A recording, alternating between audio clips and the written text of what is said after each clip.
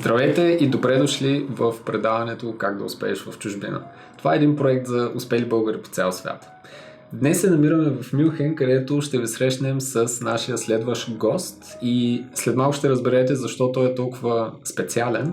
Останете с нас до края на това видео и ще разберете сами.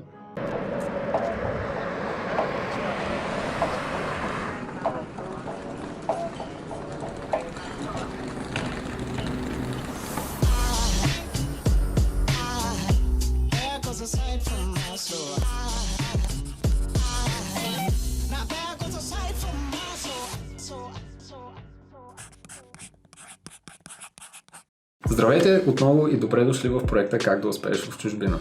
Както вече казах, днес се намираме в Мюнхен, където имаме за цел да ви срещнем с нашия пореден гост, който обаче е и нашият първи партньор, с който ние в рамките на предварителни разговори решихме да колаборираме, да работим заедно, защото имаме една обща цел, а именно тя е да ви срещнем с успели българи по цял свят, и това е момента, в който с удоволствие бих искал да дам думата на Иван Белчев.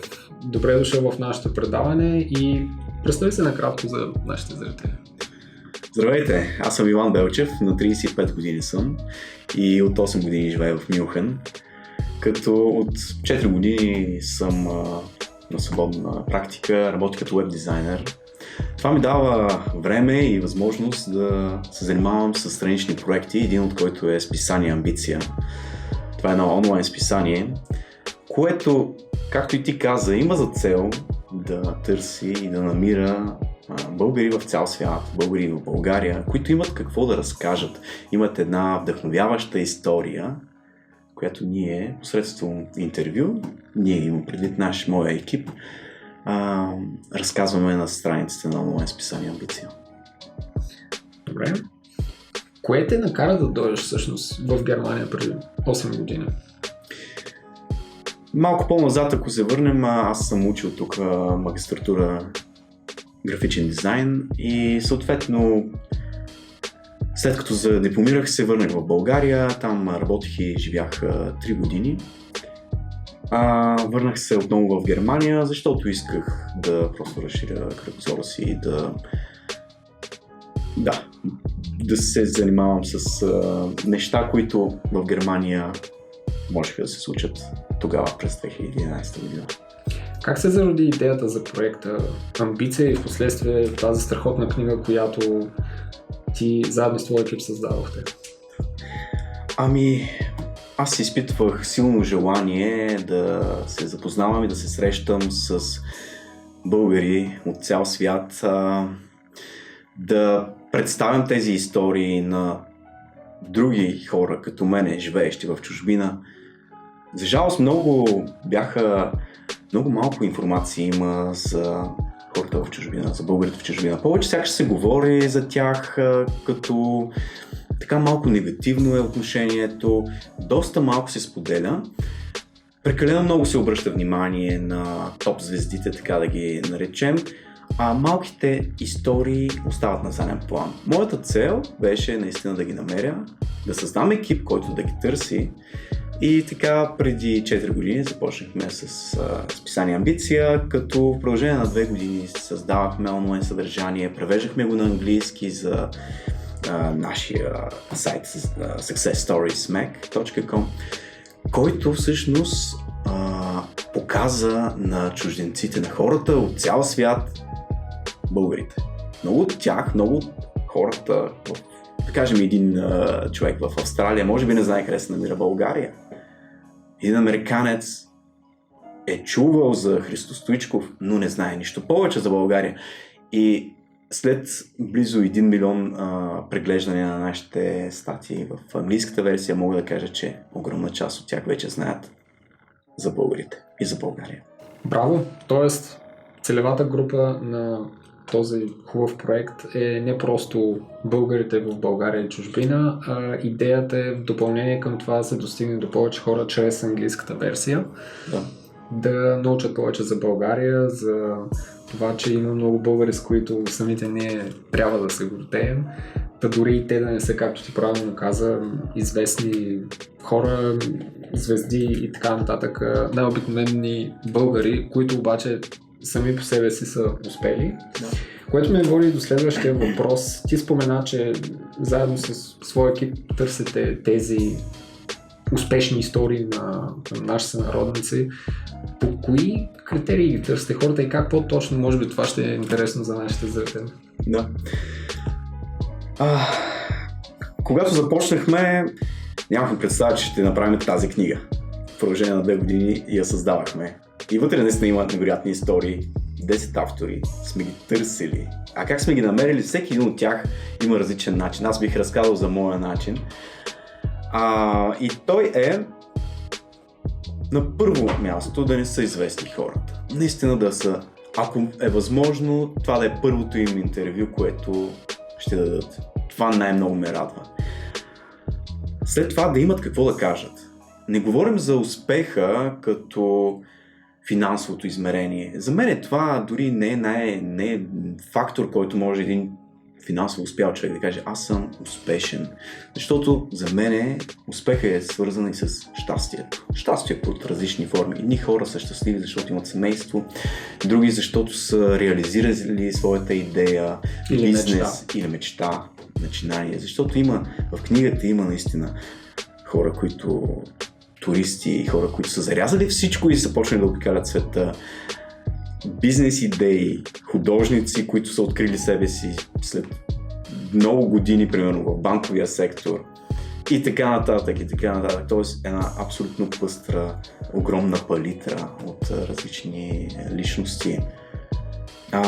И да, книгата беше наистина един хубав завършек на първата част, на първата версия, така да кажа, на Амбиция, защото тя я представихме в България, в 2 града, тук в Германия, в Мюнхен и в Лондон.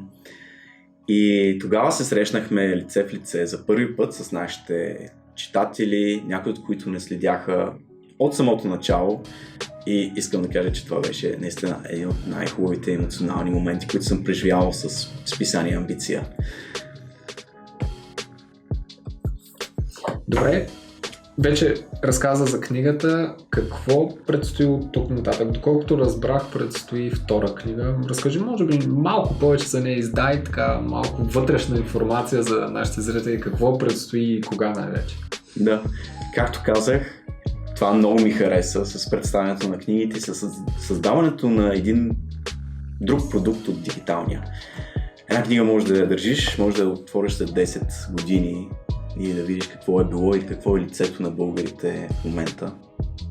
Докато уебсайтовете те минават и заминават според мен. Затова се стремим да оставяме следа.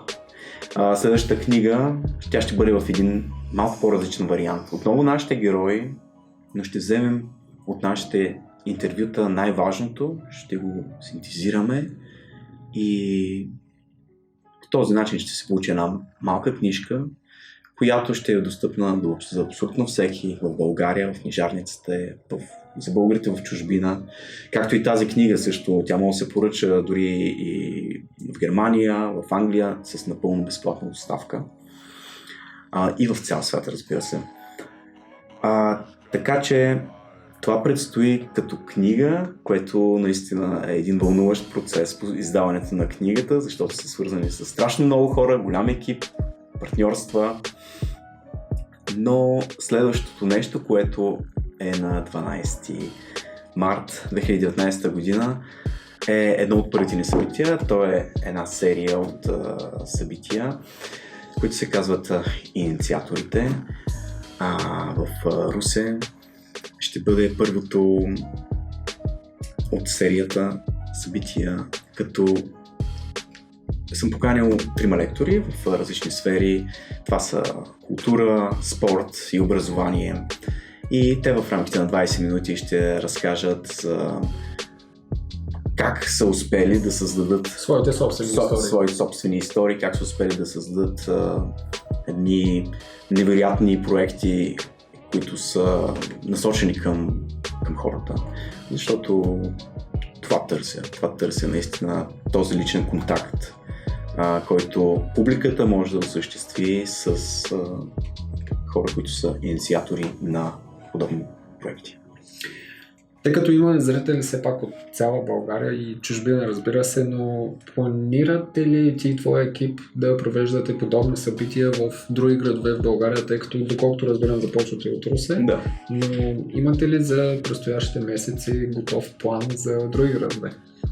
Да, Русе, защото аз съм от Русе и обичам да стартирам на местно ниво, така да се каже.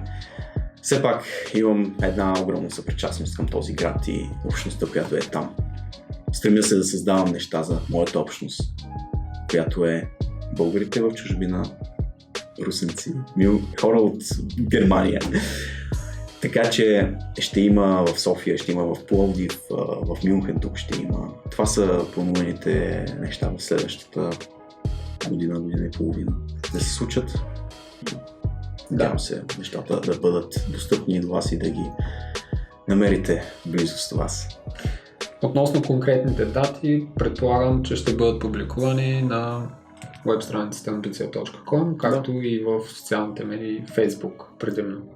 Да, така че следете датите, кои ще са и най-вече къде, в кои градове, така че Иван заедно със своите гости ще направят нещо като турне в времето и ти ще дадеш възможност по този начин на твоите, на вашите герои да разкажат не просто собствените си истории, а вие самите, ако имате възможност да отидете на тези, държа да подчертая безплатни събития, които Иван организира, ще имате възможността да се докоснете до тях и да си поговорите след събитието на коктейл или както сте го запланували, което е абсолютно ценна информация, защото това са хора, които вече са успели и можете да ги питате малко по-конкретно след официалната част как те са го постигнали.